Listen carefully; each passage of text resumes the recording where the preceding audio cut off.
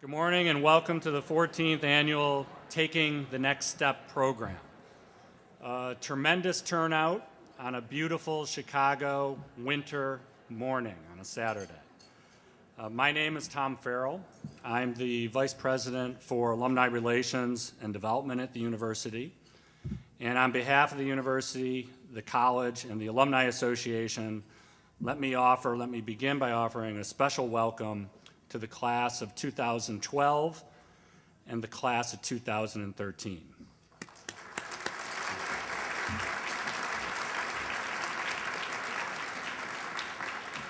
I also want to offer a special thank you to the over 250 alumni who are joining us today. Thank you so much for your time and your commitment.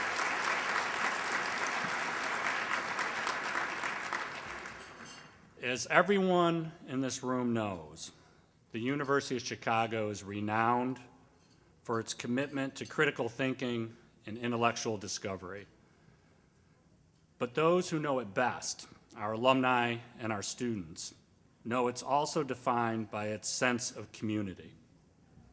Your relationship with the University of Chicago and each other and other members of this community is important to you, as it is to the university and the college, and we recognize that that is a lifelong set of relationships.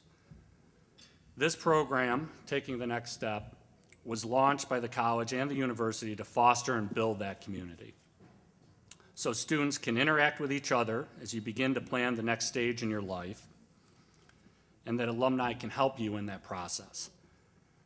There are over 300,000 members of the University of Chicago family living around the globe, 300,000. Alumni, students, faculty, parents, and friends. And there are over 15,000 alumni volunteers in 40 countries who are members of the online Alumni Careers Network. On behalf of the Alumni Association, the university, and especially the college, I want to thank all of you for participating today. And I want you to know that we intend, the university and the college, to do all we can to support the critical partnership between our current students, our alumni, and the ongoing life of the university. So on that note, I want to urge you to enjoy the day and connect with each other. And I have the great pleasure of introducing Megan Friestedt, class of 2011, who is the student committee chair for the Taking the Next Step program. Thank you very much.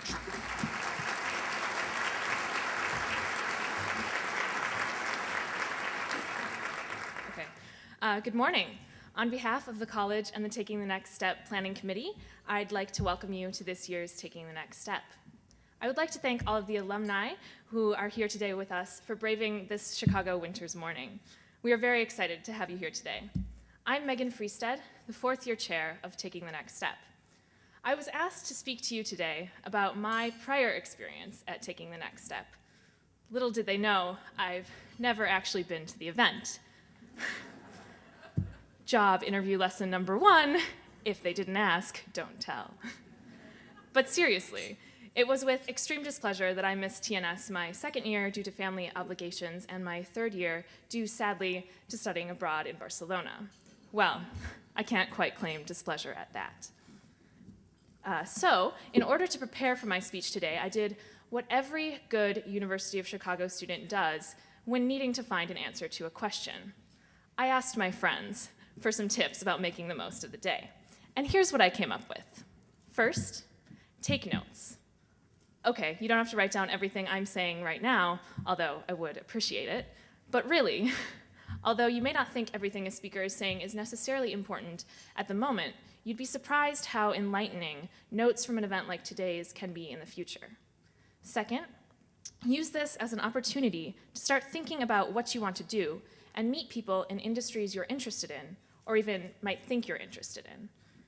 Most of us made our way to the University of Chicago because we're interested in odd or different things, the ephemera of the world that might not necessarily have a huge following. But really, what links us all is our inclination to do what we're interested in, no matter how strange that might seem to other people. And luckily, the one thing I've learned in my 4 years here at the University of Chicago, personally, from alumni and from events like Taking the Next Step, it's that in order to succeed, you must do what you love.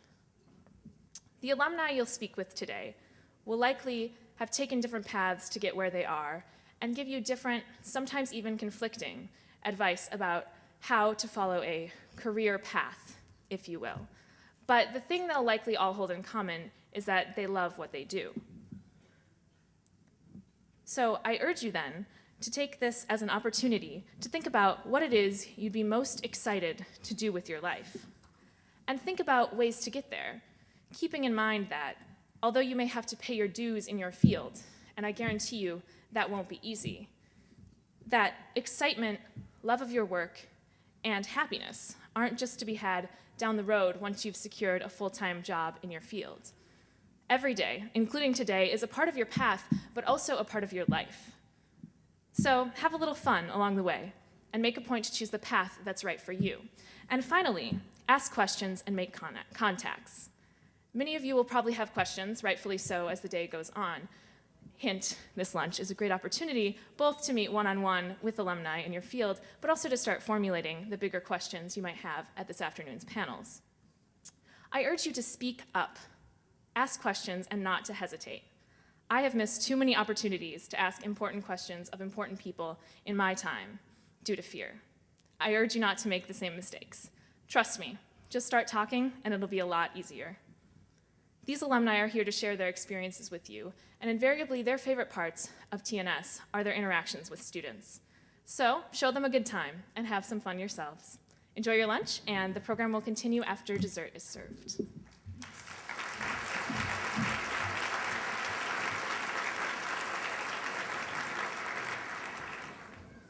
Good afternoon. I'm John Boyer, and I want to join my colleagues in welcoming all of you to this tremendous event. To stand up on the stage and to see so many of our students and alumni together in one room is not only impressive but also very encouraging. To organize an event like this takes a lot of work and thought, and more work and more thought, and I want to make sure we acknowledge the work of Lori Hurwitz and the staff of the programming office, and also all of the students who helped organize this today.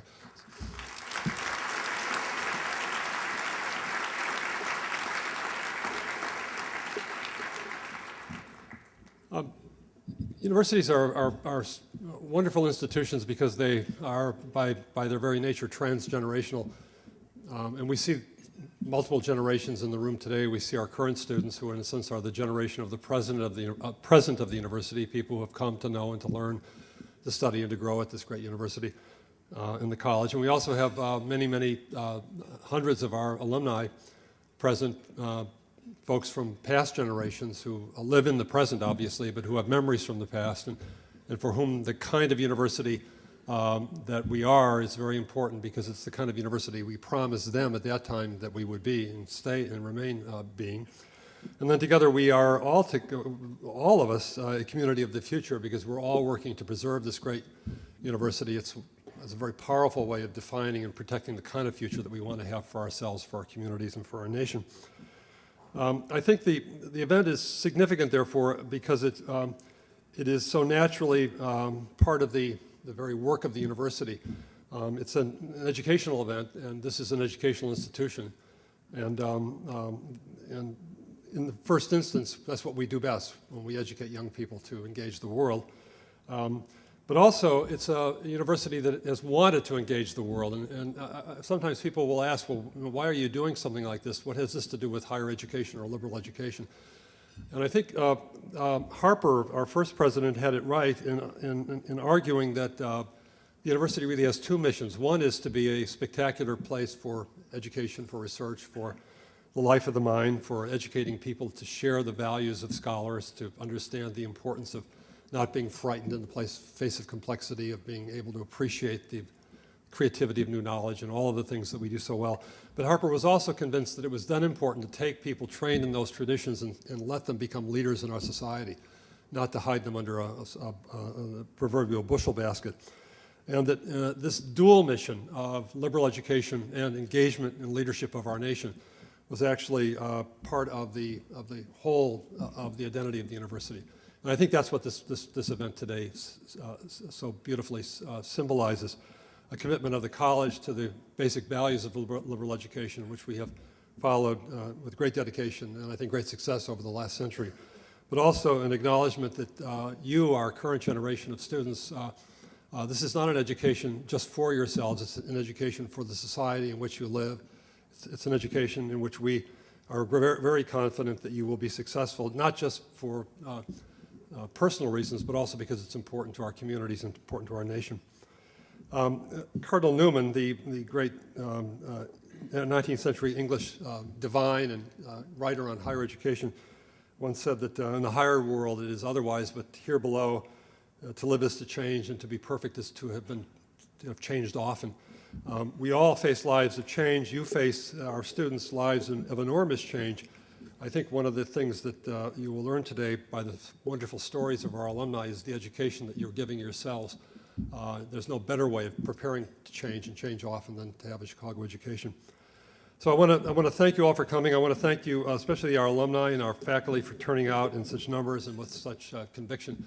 I want to say to the classes of 2012 and 2013 how proud we are, proud that you made the right decision several years ago to come here, and proud of the extraordinary achievements that you've made since you've arrived at Chicago. Thank you very much.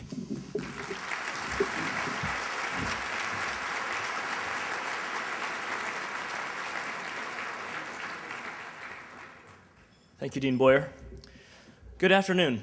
My name is Bo Shai, and I'm the current third-year chair for this year's Taking the Next Step. On behalf of all the students here, I would like to thank Dean Boyer and the college for continuing to make opportunities like Taking the Next Step available to students. When I was asked to serve as third-year chair, I jumped at the opportunity. Not because I got to taste test all of the delicious food you just ate. Oh, maybe a little bit because of that. But really mostly because I had such an inspiring experience last year that I wanted to help in any way that I could. I mean, where else can you have lunch with the former CEO of the Boston Options Exchange, then talk at length with someone from Google's marketing team, and then hear the ins and outs of consulting, all in one day?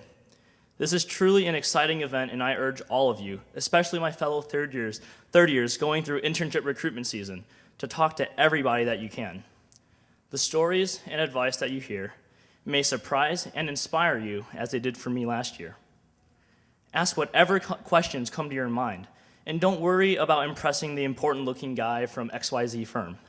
Exploration implies unknown territory, and what you find may impact you for the rest of your life. I am now pleased to introduce our keynote speaker, Ann Berzin. Ms. Berzin is an alumna that truly embodies the spirit of taking the next step. After graduating the college in 1974 and then the law school in 1977, she became a law firm associate, eventually becoming a partner. She then took the next step in another direction to help start a financial guarantee company, FGIC, and continued that journey as the company went public and then was acquired by General Electric Company. She eventually left FGIC in favor of spending more time with her 3 children. Now, she serves as a director for 3 different public companies, Ingersoll-Rand, Constellation Energy Group, and Kindred Healthcare. She also remains active as an active member of the University of Chicago community, serving as the chairwoman for the College Visiting Committee and as a regular volunteer for CAPS. Please join me in welcoming Miss Ann Berzin.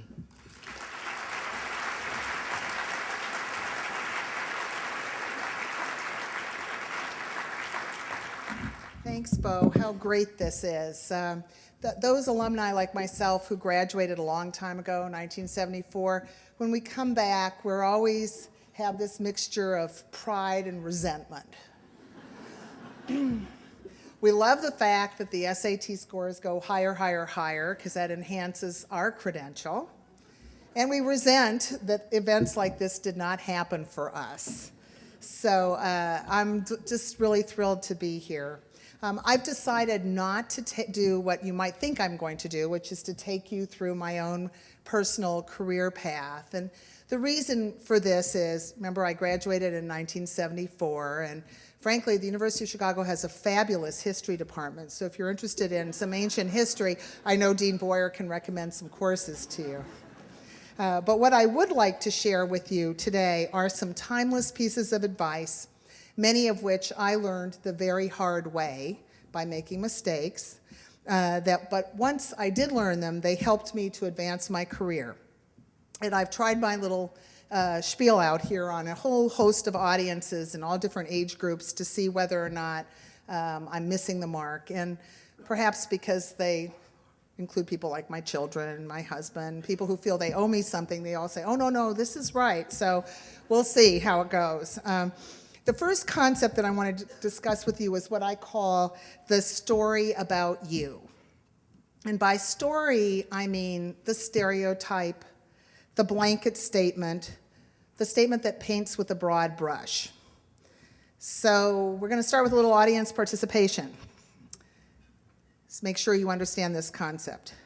What is the story about the college? Remember, stereotype, blanket statement, not necessarily true statement.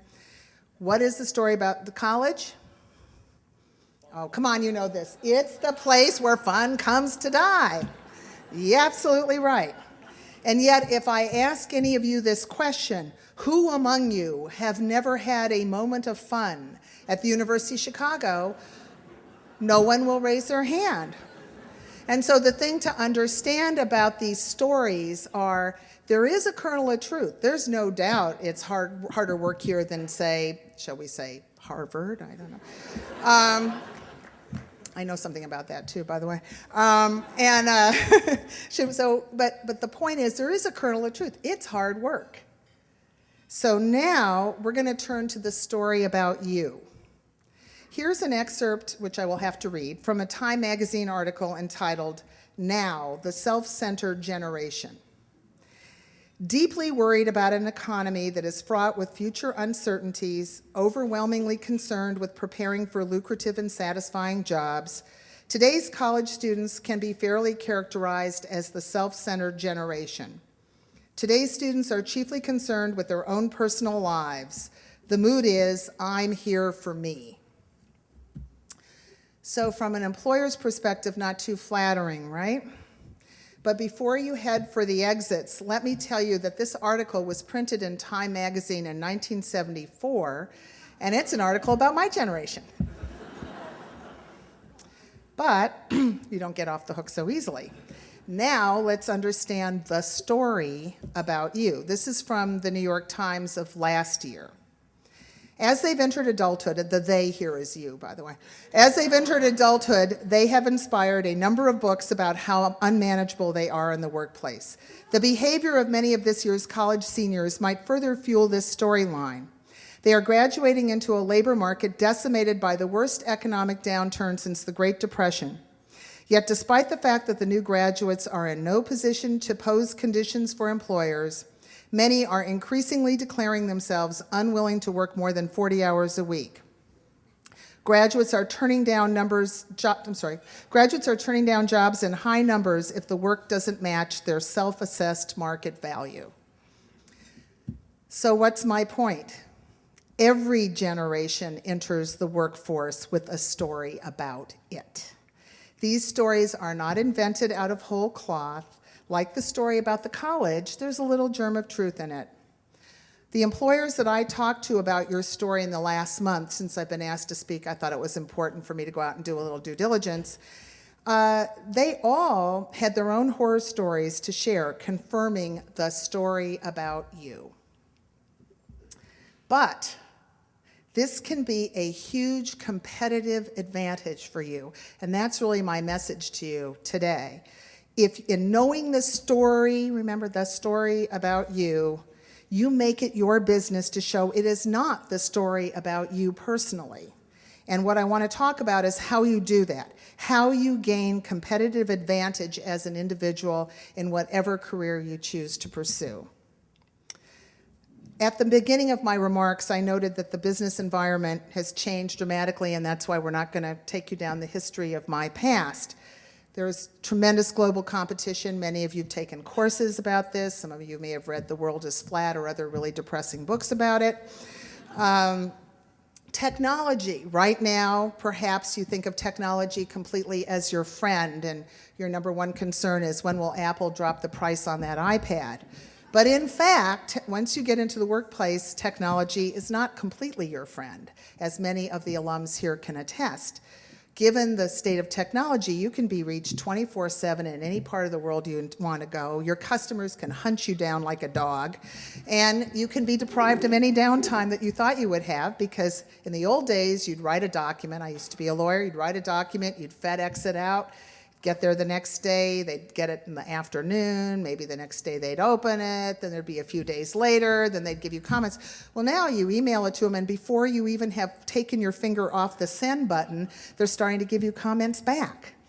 So as a result of this really tough world in which we live, employers more than ever want employees who get it, who know how hard it is to succeed, how hard these companies and businesses and not-for-profits and every other area that you're thinking of going into has to work to succeed. And they want people who are willing to put their hearts and minds into the fight.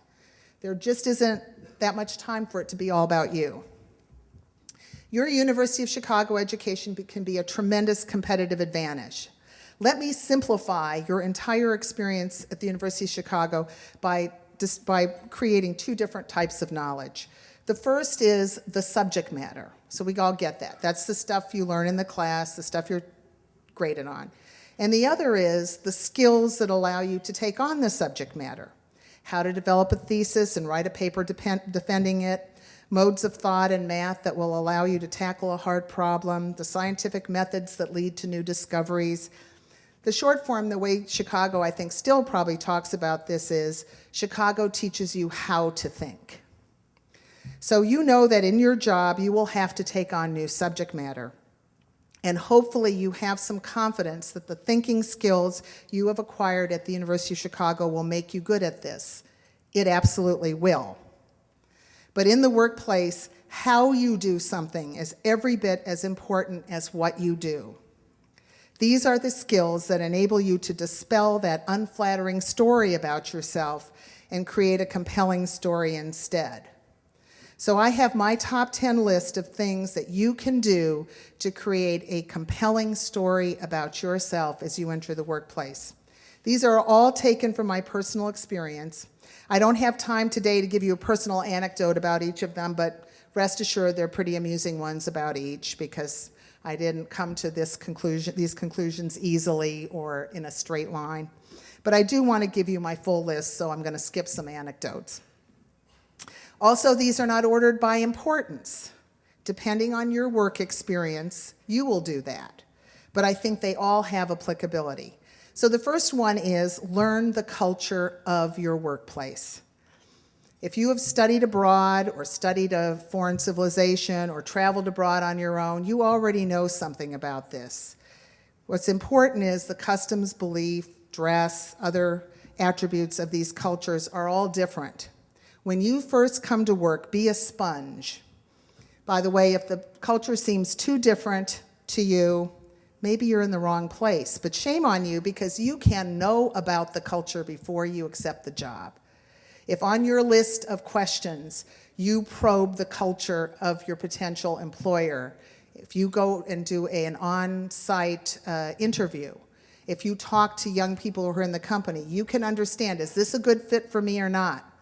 And that can be as important to your success as how much money they're willing to pay you. The second key takeaway is learn to manage your boss. Not literally, but I say this because it's taken from a title of a Harvard Business Review article written by a Harvard professor, Jack Gabaro, in 1980. He was my personal coach in GE. He was assigned to teach me how to manage my boss. So I can personally attest to the value of what he had to say. Here are a couple of his key takeaways. Bosses process information differently. Some like to hear about things orally. Some want written reports. Find out what your boss wants and do it that way. Don't assume you know what your boss wants. Ask. How often does your boss want to be updated? And most important, make good use of your time and resources. Don't waste your time or your boss's time with trivial issues. Another key to do is to learn to develop new kinds of communication skills. When I got about halfway up the ladder that I climbed, my boss gave me a 3-minute egg timer, and you may wish that I had that today, I don't know. So you know the kind where the sand travels from side to side? And he said to me, there is no issue that you are ever going to discuss with me that you cannot present before the last grain of sand falls to the bottom. The concept is that through your choice of what is important to convey and the order of that matter, you demonstrate your command of the subject. Your boss doesn't want to know the information as well as you know it. That's what your job is. All right, so it was said of Einstein that he could explain the theory of relativity and did successfully to a 5-year-old. That's the concept. If you know it, you can name that tune in 5 notes. Another big one on my list is giving and receiving feedback. Learn how to do this in the business setting. Verbal assaults are not what we're talking about here, right? In giving feedback, it's important to come from a place of wanting to improve the situation. You're giving feedback because you want to improve the work, you want to improve the relationship, you want to improve the delivery to the customer. That's why you're giving feedback. And in receiving it, you need to be open and not in denial. Hear it for what it is. Don't wait for an annual review to hear how you can improve. That could be too late. A little side tip, I would suggest in the early days in your new job that you go light on the giving of feedback. As my teenage daughter often says to her older brothers, you're not all that. You will be, I promise, just not right away. Another critical skill is to develop presence, either public speaking, presentation skills. If you're going to rise within your organization, you're going to need to be able to represent that organization, and that means you've got to have a presence. Next, learn to be a team player. Many employers are now organized this way. This is not because they want kumbaya moments with their employees, okay? They do it because research has shown that teams, when they are made up of individuals with multiple skills and judgments and experiences, come to better answers than individuals do alone. Many firms that you might think of as being cold and heartless, and I got to be insulting at least 4 people in this room, such as investment banking, is very often organized on a team basis, and they mean for people to work as a team. This can be a hard transition for students who have succeeded so far on their own. Next, look for training and education opportunities in your workplace. Some companies have formal programs for this. Some are mandatory, some are optional. Other companies and businesses that are smaller may not have a formal training program, in which case you talk to your boss, you talk to HR, you talk to people in the company who are successful. Make it known that you want to learn these skills that you want to improve. Next, and this is certainly have been said first, have the highest degree of integrity in what you do. Now this sounds easy, but once you're in a workplace, sometimes the lines are not as clear as you want them to be. Not everybody works for Bernie Madoff, right? Sometimes you're kind of close and you don't know. Here, you just need to step back, remember your own ethical underpinnings, and do the right thing. And last on my list is get yourself a mentor. Some employers have a formal mentoring program that you can enter even on day one in your employment, but others don't. If there is no formal mentoring program, here's my advice. Don't ask for a mentor day one. Mentors want to mentor entering employees who really show potential. No one wants to be linked with a loser, right? So go to work for a few months, prove that you're a real keeper in the organization, and you will do a much better job of finding a high-quality mentor. You should pick someone who's had success, but who's not too far ahead of you. Typically, I wouldn't start by asking the CEO to mentor you, okay? You need to have someone maybe who has a job you aspire to. You need it to be someone you can trust, someone you can confide in, someone you can share your issues and concerns with, and someone who you in turn believe will be completely open and honest with you. I've had a few really great mentors, and they're really invaluable. And you have to own your own mentoring program. You have to decide what you want to do with that mentor, what you want to get out of it, how you want to work. You have to take ownership for your own lives. What I hope I've conveyed to you is this: you don't have to be the smartest person in the room. You need to work in a way that allows for the best contributions to be made. Your Chicago education is an extremely valuable credential, and beyond that, the training that you've had on how to think can substantially differentiate you from others, not only in the job market, but on the job. But once you're on the job, you must work to master a new type of skill set, the one that allows others to fully appreciate and access your work. Understand and embrace these skills, and you will succeed marvelously. And the story that you write about yourself will be enviable. And that's the advice that I want to give you from one self-centered generation to another. Thank you. And with that,